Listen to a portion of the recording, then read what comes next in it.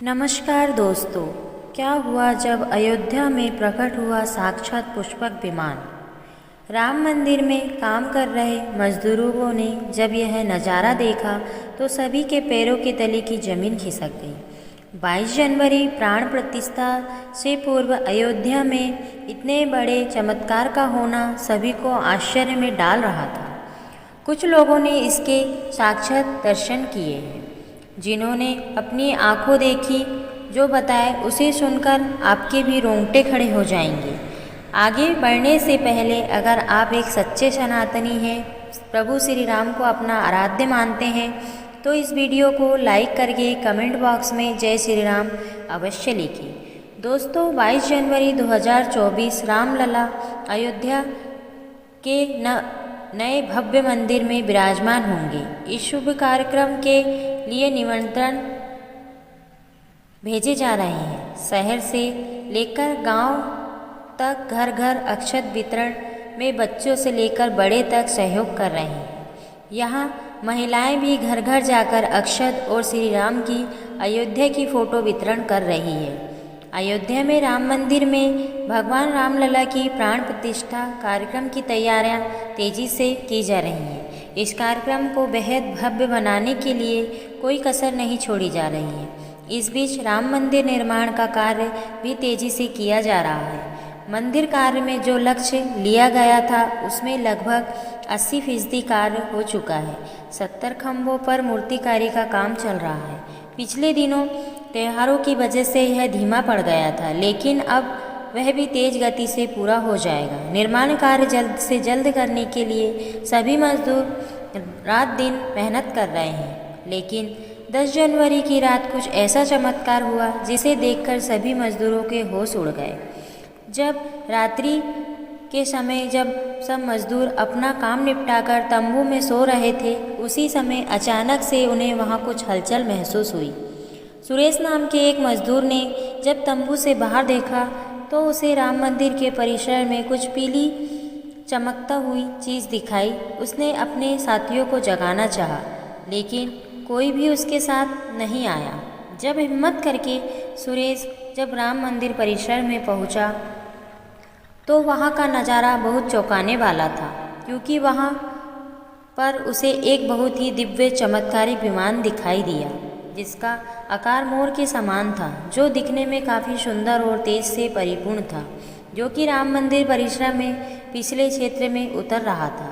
लेकिन उसे विमान को नियंत्रण कौन कर रहा था, ये समझ नहीं आ रहा था। उसे विमान में इतना तेज था कि सामान्य आंखों से नहीं देखा जा सकता था, लेकिन समझ में कुछ ऐसा आ रहा था मानो स्वयं साक्षात भगवान राम पुष्पक विमान के माध्यम से अयोध्या में उतर रहे हैं। सुरेश ने यह चमत्कार अपनी आंखों से देखा, लेकिन अचानक से ही वह बेहोश हो गया, क्योंकि वह उसके तेज को कुछ सहन नहीं कर पा रहा था। सुरेश जब सुबह उठा तो वह इसी स्थान पर मौजूद था और उसके जाति मंदिर निर्माण कार्य पूरा करने के लिए जा रहे थे। उसने सभी को रोककर रात्रि की सच्चाई बताई, लेकिन सभी उसकी हंसी उड़ा रहे थे। लेकिन सुरेश मन ही मन समझ चुका था कि प्रभु श्री राम अयोध्या आ चुके हैं। यह उसके लिए सौभाग्य था कि उसे इतना सुंदर दृश्य देखने को मिला, जहाँ शायद उसने साक्षात पुष्पक विमान के दर्शन किए थे, यानी कि प्राण प्रतिष्ठा से पहले अयोध्या प्रकट हुआ साक्षात पुष्पक विमान। दोस्तों, देश के अलग अलग हिस्सों में कई बार अजीब सी आकृतियाँ के विमान देखे गए हैं, जिनका संबंध कई बार तो एलियन के साथ जोड़कर भी देखा जाता है। यानी कि अयोध्या में उसे रात्रि को मोर की आकृति का विमान देखना वास्तव में प्रभु श्री राम का कोई संदेश हो सकता है। लेकिन क्या यह विमान सचमुच में पुष्पक विमान है? इसकी आखिर क्या गारंटी है? इसे समझना के लिए हमें पुष्पक विमान के रहस्य को अच्छे से जानना पड़ेगा। आपको हमारे YouTube चैनल स्टोरी बाय मी में पुष्पक विमान का रहस्य बताएंगे, जिसे समझकर आपको यकीन होगा कि अयोध्या में पुष्पक विमान का प्रकट होना कलयुग का सबसे बड़ा चमत्कार है। रामायण में पुष्पक विमान का जिक्र है, जो पहले कुबेर के पास था। इसके बाद रावण ने उसे अपने सौतेले भाई कुबेर से लंका समेत बलपूर्वक हत्या लिया था। फिर रावण इसी के जरिए कहीं भी आता जाता था। रावण को हराने के बाद इस विमान श्री राम के पास आ गया। वह जीत हासिल करने के बाद इसी विमान की से जगह होते हुए अयोध्या पहुँचे थे। रावण ने इसी के जरिए पंचवटी आश्रम से सीता का हरण किया था और उन्हें उसमें बिठाकर लंका ले गया था। कहा जाता है कि पुष्पक विमान आज के विमान की तरह है। पुष्पक विमान के जरिए रावण हवाई मार्ग से सफ़र किया करता था। रावण को मौत के घाट उतारने के बाद इस विमान के जरिए प्रभु श्री राम, माता सीता और लक्ष्मण लंका से अयोध्या आए थे। रामायण में जिस तरह के पुष्पक विमान का जिक्र मिलता है उससे तो यही लगता है कि यह आज के हवाई जहाज़ की तरह था, लेकिन तकनीक के मामले में मॉडर्न एरोप्लेन से कई गुना आगे था। रामायण के सुंदरकांड के 7वें अध्याय में पुष्पक विमान के बारे में जानकारी मिलती है। पुष्पक विमान की आकृति मोर की तरह थी। यह अग्नि और वायु ऊर्जा से उड़ान भरता था। इसकी तकनीक इतनी उत्कृष्ट थी कि इसका आकार छोटा या और बड़ा किया जा सकता था। कहा जाता है कि रावण अपनी पूरी सेना को साथ लेकर इस विमान में उड़ान भर सकता था। पुष्पक विमान अपने चालक की इच्छा के अनुसार गति पकड़ता था, मन की गति से उड़ान भर सकता था। विमान में बैठने के लिए कई आसन बने थे। पौराणिक कथाओं के मुताबिक युद्ध के बाद भगवान श्री राम ने विमान का पूजन कर विमान वापस कुबेर को सौंप दिया था। कुबेर ने पुष्पक विमान को भेंट स्वरूप प्रभु श्री राम को दे दिया था, जिसके बाद प्रभु श्री राम, माता सीता और लक्ष्मण अयोध्या पहुँचे। अब दोस्तों, कई हजारों सालों बाद एक बार फिर राम मंदिर का निर्माण हुआ है, तो प्रभु श्री राम अपने भाई लक्ष्मण और माँ सीता के साथ एक बार फिर अयोध्या धाम पहुँच रहे हैं, वह भी अपने इसी पुष्पक विमान से, जिसका नज़ारा वहाँ की मजदूर अपनी आँखों से देख चुके हैं। रामायण के प्रसंग में कहा गया है कि जब माता सीता को हरण करके रावण ले जा रहा था तो रास्ते में जटायु ने अपनी चोंच से रावण को चोट पहुँचाई थी।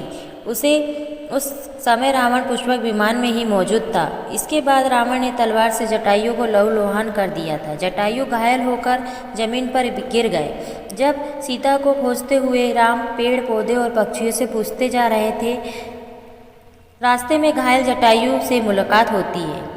मरणासन जटायु ने श्री राम को बताते हुए रावण सीता को हरण करके किस दिशा में ले गया है, लेकिन जब साक्षात प्रभु श्री राम पुष्पक विमान में अयोध्या आ चुके हैं तो भला उनके परम भक्त जटायु कैसे पीछे रह सकते हैं। अयोध्या में रामलला की प्राण प्रतिष्ठा से जनपद की सीमा में कुत्तों का झुंड दिखाई दिया। स्थानीय लोग इसे गिद्धराज जटायु से जोड़कर देख रहे हैं, शुभ संकेत भी मान रहे हैं। मिल्कीपुर तहसील क्षेत्र के गांव धरोली में पिछले 1-2 दिनों से गिद्धों का झुंड वास कर रहा है। हालांकि यह गिद्ध वहां से उड़ गए हैं, लेकिन अयोध्या की सीमा में यह दिखाई दे रहे हैं। गांव वालों का कहना है कि पिछले 20 वर्षों से हम लोगों ने इलाके में गिद्ध नहीं देखे। अब जब राम मंदिर बन रहा है, इस गांव में लगभग 50 की संख्या में गिद्ध आकाश में दिखाई दे रहे हैं। उसमें से 10-12 गिद्ध गांव में ही सेमल पेड़ पर वास कर रहे थे। गिद्ध दिखने की घटना को ज़्यादातर लोग राम से जोड़कर देख रहे हैं और शुभ संकेत भी मान रहे हैं। 22 जनवरी को होने वाले प्राण प्रतिष्ठा के समारोह में देश के प्रधानमंत्री नरेंद्र मोदी ने देश विदेश की कई महान हस्तियों को निमंत्रण भेजा है, लेकिन आपको जानकर हैरानी होगी, नेपाल में भी कुछ विशेष लोगों को समारोह में आने का निमंत्रण दिया गया है। इसके पीछे का रहस्य जानकर आपके भी होश उड़ जाएंगे, क्योंकि नेपाल को भगवान श्री राम का ससुराल कहा जाता है। क्योंकि नेपाल एक समय पर जनकपुर धाम था, जहाँ के राजा थे राजा जनक और उनकी पुत्री थी माँ सीता। वहीं पर भूमि में से प्रकट हुई थी। जनकपुर धाम जिसे मिथिला भी कहा जाता था। मिथिला संस्कृति का मानना है कि जब बेटी का गृह प्रवेश होता है तो उसके मायके से तोहफा और अन्य सामग्री भिजवाई जाती है। इसी परंपरा के मुताबिक प्रभु राम का मंदिर में गृह प्रवेश होगा तो सीता जी की ओर नेपाल से अयोध्या उपहार आ रहे हैं, जिसे भार यात्रा का नाम दिया गया है। राम मंदिर की प्राण प्रतिष्ठा के लिए भगवान राम के ससुराल नेपाल के जनकपुर से फल और मेवा के साथ साथ उपहार से सजे 1100 थाल आने वाले हैं। इसमें आभूषण, बर्तन, कपड़े और मिठाइयाँ के अलावा बाहर भी आएगा, जिसमें 51 प्रकार की मिठाइयाँ, दही, मक्खन और चांदी के बर्तन शामिल होंगे। 22 जनवरी को प्राण प्रतिष्ठा समारोह होने वाला है। इसके लिए श्री राम जन्मभूमि तीर्थ क्षेत्र ट्रस्ट की तरफ से भगवान राम की ससुराल नेपाल के भी कई गणमान्य लोगों को निमंत्रण पत्र भिजवाए गए हैं। दोस्तों, आज हम राम मंदिर को बनते हुए देख रहे हैं, ये हमारा सौभाग्य है, लेकिन इस भव्य मंदिर के बने कई हजार गार्ड सेवकों और राम भक्तों का बलिदान छुपा है। उसे समय आक्रमणकारियों ने काशी, मथुरा के साथ ही अयोध्या में भी लूटपाट की और पुजारी की हत्या कर मूर्तियां तोड़ने का क्रम जारी रखा। लेकिन 14वीं शताब्दी तक अयोध्या में राम मंदिर को तोड़ने में सफल नहीं हो पाए, क्योंकि हर बार राम मंदिर और अयोध्या की रक्षा करने के लिए आसपास के राजा मदद भेज देते थे। हजारों साधुओं ने भी मंदिर की रक्षा के लिए अपने प्राणों की आहुति दी। विभिन्न आक्रमणों को झेलते हुए भी राम जी जन्मभूमि पर बना भव्य मंदिर 14वीं शताब्दी तक बचा रहा। कहते हैं कि सिकंदर मोदी के शासनकाल के दौरान यह भव्य मंदिर मौजूद था। 14वीं शताब्दी में हिंदुस्तान पर मुगलों का अधिकार हो गया और इसके बाद भी राम जन्मभूमि एक अयोध्या को नष्ट करने के लिए कई अभियान चलाए गए। 1527 और 28 में इस भव्य मंदिर को तोड़ दिया गया और उसकी जगह बाबरी ढांचा खड़ा किया गया। कहते हैं मुगल साम्राज्य के संस्थापक बाबर के एक सेनापति ने बिहार अभियान के समय अयोध्या में श्री राम के जन्म स्थान पर स्थित प्राचीन और भव्य मंदिर को तोड़कर एक मस्जिद बनवाई थी। 19 जनवरी 1885 को हिंदू महेंद्र रघुवीर दास ने इस मामले को फैजाबाद के न्यायाधीश पंडित हरिकिशन के सामने रखा था। इस मामले में कहा गया था कि मस्जिद की जगह पर मंदिर बनवाना चाहिए, क्योंकि राजस्थान प्रभु श्री राम का जन्म स्थान है। वर्ष 1947 में भारत सरकार ने मुसलमान को विवादित स्थल से दूर रहने के आदेश दिए और मस्जिद के मुख्य द्वार पर ताला लगा दिया गया, जबकि हिंदू श्रद्धालुओं के लिए एक अलग जगह से प्रवेश दिया जाता रहा। लेकिन सन 1917 में एक ऐसा चमत्कार हुआ जिसे देखकर मुसलमान की भी आंखें खुली गई। रामलला का बहुत बड़ा चमत्कार था कि मस्जिद के अंदर से अचानक ही रामलला की मूर्ति प्रकट हो गई। कुछ कट्टरपंथियों का कहना था कि कुछ हिंदू दलों ने रात्रि के समय से चुपके से यहाँ मूर्ति रख दी है। 1940 में भगवान राम की मूर्तियाँ मस्जिद में पाई गई। मुसलमान ने इस पर विरोध व्यक्त किया और दोनों पक्षों ने अदालत में मुकदमा तैयार कर सरकार ने इस स्थल को विवादित घोषित करके ताला लगा दिया। 30 अक्टूबर 1990 को हजारों राम भक्तों ने मुख्यमंत्री मुलायम सिंह यादव द्वारा कड़ी की गई अनेक बाधाओं को पार कर अयोध्या में प्रवेश किया और विवादित ढांचे के ऊपर भगवत ध्वजा फहरा दिया। लेकिन 2 नवंबर 1990 को मुलायम सिंह यादव ने कर सेवकों पर गोली चलाने का आदेश दिया, जिसमें सैकड़ों राम भक्तों ने अपने जीवन की आहुतियाँ दे दी। सरयू तट पर राम भक्तों की लाशें से भर गया था। इस मिशन को हत्याकांड के बाद अप्रैल 1991 को उत्तर प्रदेश के तत्कालीन मुख्यमंत्री मुलायम सिंह यादव को इस्तीफा देना पड़ा। उस समय कोठारी बंदों के बलिदान की चर्चा खूब रही। दिसंबर 1992 को जब विवादित ढांचा गिराया गया, उस समय राज्य में कल्याण सिंह की सरकार थी। उसे दिन सुबह करीब 10:30 बजे हजारों लाखों की संख्या तक कर सेवक पहुँचे लगे। दोपहर में 12 बजे के करीब कार्य सेवकों का एक बड़ा जत्था मस्जिद की दीवार पर चढ़ने लगता है। लाखों की भीड़ दास को संभालना सभी के लिए मुश्किल हो गया। दोपहर के 3:40 पहले बुलंद भीड़ ने तोड़ दिया और फिर 5 बजने में 5 मिनट तक वक्त बाकी था। तब तक पूरे का पूरा विवादित ढांचा जमीन में धंस चुका था।